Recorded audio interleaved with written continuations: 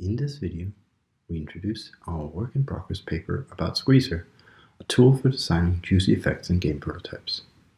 An example of adding juice to a game could be taking a simple breakout clone like this one and turning it into something like this.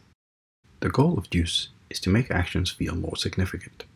Juice is usually applied to provide feedback to the player for any input or object interaction they perform, as well as signaling when objects are created, destroyed, or collected. Designing juicy effects usually demands expertise within many subsystems, and easily means working with several different subsystems at once. Even using state-of-the-art systems, it can be hard to know how to get going.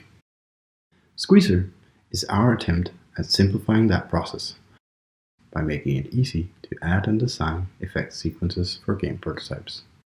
Squeezer can also help designers by generating effect sequences for them, based on a selected category and intensity.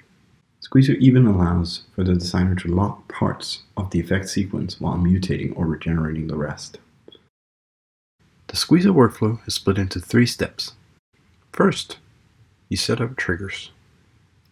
Secondly, you generate or manually add sequences of effects to those triggers. The third step is to tweak or mutate effects until they suit the game. In the near future, we will be expanding upon the generated effect sequences.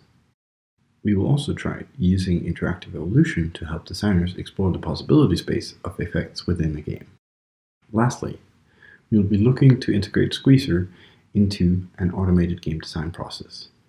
You can find Squeezer at github.com/pyjamas/Squeezer.